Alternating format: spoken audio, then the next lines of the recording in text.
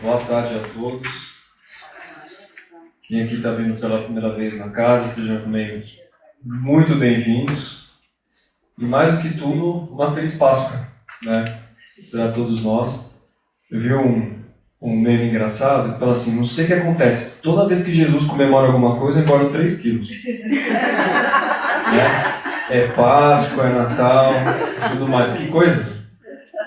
Mas a ideia agora é a gente pensar no significado dessa Páscoa. Porque Páscoa de Pessah tem a ver com uma travessia. E não tem a ver com ovo de chocolate não, tá, gente? Tem a ver com o processo de renúncia, de sacrifício. E hoje é um tema. A gente vai falar sobre o capítulo 58, do livro Fonte Viva. O que é ser discípulo? Como que nós podemos entender? Será que é fácil ser um discípulo do Cristo? Então, Emmanuel, ele vai destacar uma frase do Evangelho, está em Lucas, e diz: e qualquer que não levar a sua cruz e não vier após mim, não pode ser meu discípulo. Eu queria começar para a gente refletir com essa palavra, cruz. O que é cruz para você? A cruz é sofrimento? A cruz é algo negativo? Será que a cruz existe a partir do cristianismo? A gente sabe que não. Desde o Antigo Egito tinha a cruz de Ansata, os próprios celtas tinham a cruz. Então a cruz é um símbolo muito antigo. Muitos colocavam a cruz como se fosse a horizontalidade e a verticalidade, o equilíbrio disso. E alguns, na parte da psicologia, até dizem a integração do indivíduo, saindo do ego para o self, o seu processo de individuação. Agora, o que é cruz quando a gente fala na doutrina espírita e no cristianismo? Porque o Cristo fala: tome a tua cruz. E quando a gente fala isso, nós estamos entrando numa esfera que tem toda uma questão do nosso próprio testemunho. Ou seja, nós aqui estamos encarnados, mas cada um tem a sua cruz. Cada um tem seus deveres, cada um veio ali com uma série de questões. Nós, na doutrina espírita, acreditamos em reencarnação, então isso já traz um processo de cruz. Porém, nós costumamos aceitar ou, às vezes, nos revoltarmos com a nossa cruz. Não é fácil? Aquele jovem rico que segue Jesus pergunta para o mestre o que ele devia fazer para alcançar essa graça eterna, para segui-lo. E ele diz: pegue os seus bens, vende-os e depois me siga. O que o Cristo estava falando?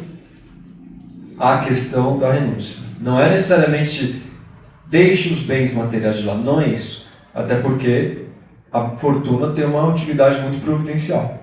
É o apego a isso versus bens espirituais. Então aí a gente começa com esse equilíbrio. E aquele jovem rico não conseguiu entender isso. Ou seja, ele tinha uma noção intelectual, mas não tinha a noção do coração. Então a doutrina espírita coloca a importância de entender o nosso dever nas fibras íntimas do coração. Tem aqueles músicos que só tocam a música, mas tem aqueles que se emocionam, se arrepiam com os acordes. E é um pouco disso, para que a gente possa começar a entender o que é essa cruz. E tem uma história, que eu acho que ela é muito significativa, que diz que uma pessoa estava muito debilitada, triste, com sofrimento. Ela diz assim: nossa, mas está muito difícil seguir adiante, muito complicado. E aí ela pede para o anjo guardião dela, para o mentor, para dar uma luz para ela. Dado o momento, ela vai para o plano espiritual, do sonho, e ali aparece o anjo guardião dela. Fala: olha, a gente ouviu suas súplicas e nós vamos levar você num salão cheio de cruzes. Só que tem uma questão, um combinado. Você pode escolher qualquer cruz. Sério. Então entrou lá naquele salão, as cruzes maravilhosas, tinha cruz de ouro, de marfim, tinha diversos tipos de cruz. Mas tinha uma que ele viu ali, uma cruz singela, pequena. Ele disse, eu quero essa. Ele falou, não, mas essa você não pode. Mas você não falou que podia pegar qualquer uma? Mas essa já é a sua. Então, muitas vezes, existe um sentimento de que a gente não vai conseguir carregar essa cruz. É muito difícil. Mas no plano espiritual, tudo que acontece conosco, existe a lei do amor, da justiça e da caridade. Não existe lei do sofrimento. É a lei amor, justiça e caridade. Então, se está acontecendo alguma coisa conosco, está pautada por essa lei. Compete a nós entendermos. Assim como diz o poeta, o músico, na sua irreverência, Dorina Barbosa, Deus dá o frio conforme o cobertor. E é isso. Então, aceitar a nossa cruz, porque a cruz, na verdade, é o símbolo pelo qual o nosso testemunho está tendo uma atividade no bem. Aí vem outra questão. Mas como seguir adiante? Aí vem Paulo. Paulo vai dizer, é preciso se despojar do homem velho. E será que é fácil? Não é? Porque se a gente fica com aquele pensamento, aquele sentimento, mas eu sou assim mesmo, essa é a minha natureza. Eu tenho sangue de italiano com espanhol, não podia ser diferente. Né? Quer dizer, a pessoa quer mudar, esse é o custo do discipulado, esse é o custo de seguir o Cristo. É preciso renúncia. Renúncia de muitas questões das nossas almas, nossos defeitos, que nós carregamos. Isso é despojar o homem velho para o homem novo. Mas não é fácil, tem um custo isso. Isso que é tomar cruz. E quando a gente olha como seguir adiante com a vida, tem uma sabedoria muito grande nas tribos nativas, principalmente na região da Nova Zelândia, os Maoris, que eles têm um sistema de justiça entre eles, muito antigo, que hoje em dia é a base da justiça restaurativa no mundo. Então o mundo começa a usar a justiça restaurativa, que é muito baseada no diálogo, muito baseada na renovação das relações. E tem duas formas. Ou a gente fica na roda do rato, que é uma roda do vitimismo, ou a gente vai para a roda da reconciliação. E como funciona isso? Quando acontece alguma coisa conosco, se a gente entra no processo de revolta e tenta encontrar uma narrativa certa e fica nisso, nós não saímos do lugar. O papel de vitimismo, ele pode ser agradável, ele pode ser quentinho, né? Porque eu não tenho culpa de nada, né? Mas não sai do lugar. Quanto mais a gente entra nesse lugar, não acontece nada, estagnação. Mas eu não tive culpa de nada, foi o outro. Mas você tem a prerrogativa de agir a partir do que o outro fez com você. Ou as situações da vida. E o Cristo vai nos dar uma lição muito forte nesse sentido. Quando ele diz, quando alguém pedir para você caminhar 1 milha, caminhe 2. Vamos entender o contexto. Antigamente, com uma forma de humilhação, os romanos, oprimindo os povos, os judeus, eles tinham aí essa obrigação, se assim os soldados quisessem, de carregar os aparatos militares dele por 1 légua, dá mais ou menos 1,5 km. Isso aconteceu com Cristo, aconteceu com os apóstolos. Só que ao invés de caminhar 1 légua, ele caminhou 2 milhas. E o que ele quis mostrar? Quem quiser me seguir, se alguém falar para caminhar 1 milha, caminhe 2. Ou seja, busca mostrar a força do bem, anular a violência, oferecer outra face. Não é fácil seguir o Cristo, não é fácil entender a cruz. A cruz sagrada, como está na oração de São Bento. A cruz sacra sit me lux, que a cruz sagrada seja a minha luz. Essa cruz sagrada é o caminho da redenção. Então, vamos começar a olhar a cruz não como algo negativo, pesado. E outra coisa, o Cristo não está mais na cruz. Há muito tempo. Ainda mais agora, na Páscoa. O Cristo teve um caminho de redenção. A cruz é redenção. A cruz é um caminho de sublimação. E nós temos a nossa própria cruz. E a cruz que nós temos é o que nos conduzirá ao nosso processo evolutivo. Tem pessoas que têm uma cruz menor, tem pessoas que têm uma cruz muito difícil, é fruto do processo de consciência de cada um. Aí Emmanuel vai dizer, o que é necessário? Aparar as arestas do temperamento. Aparar. Temperança, virtude da temperança, que vem de quê? Tempero. Por isso que os discípulos são o sal da terra. Se tem muito sal, salga. Se tem pouco sal, fica insosso. Ou seja, a temperança é algo que cada um trabalha em si. E para poder sair dessa roda de estagnação do vitimismo, só tem uma forma: entrar em contato. A autorresponsabilidade. Depois, aceitar. Enquanto não aceitamos, não dá para seguir adiante com a vida.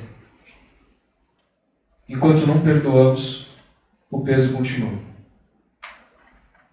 Não tem uma coisa pior de que a gente ir para o plano espiritual com mágoa, com ressentimento. É algo que é muito danoso para o espírito. Porque mesmo aquilo que nos foi feito, nós temos a oportunidade de mostrar a virtude. Porque a virtude não vem em situações fáceis, vem nas adversidades. A virtude do perdão. Por isso que o Cristo falou, se pedirem para você caminhar 1 milha, caminha 2. Isso é ser discípulo. Isso é entender que o sacrifício não é uma punição, é um processo de redenção. E assim a gente consegue seguir. Isso é movimento. Temperança é movimento. O símbolo da temperança, quando a gente vê o arquétipo, é de uma mulher com uma espécie de cânforas, como se fosse o signo de aquário, né? E aí ela joga a água de um lado para o outro, tem movimento. Então, quando a gente está no papel da vítima, não tem movimento. É estagnação. Quando a gente vai para a autorresponsabilidade e busca se despojar desse homem velho, aí tem movimento. E é disso que se trata. Então a cruz não é só olhar os bens espirituais. É buscar uma harmonia conosco, com os nossos familiares. O Emmanuel coloca com as famílias de corações, inclusive, e a humanidade. E aqui é de uma sabedoria muito grande. E Martin Luther King falava isso. Quais são as 3 dimensões para uma vida completa?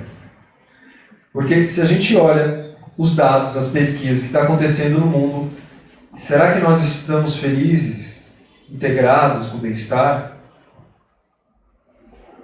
Sabemos que não. A palavra do ano de 2024 foi brain rot, segundo Oxford. Significa o quê? Apodrecimento cerebral. Foi a palavra do ano.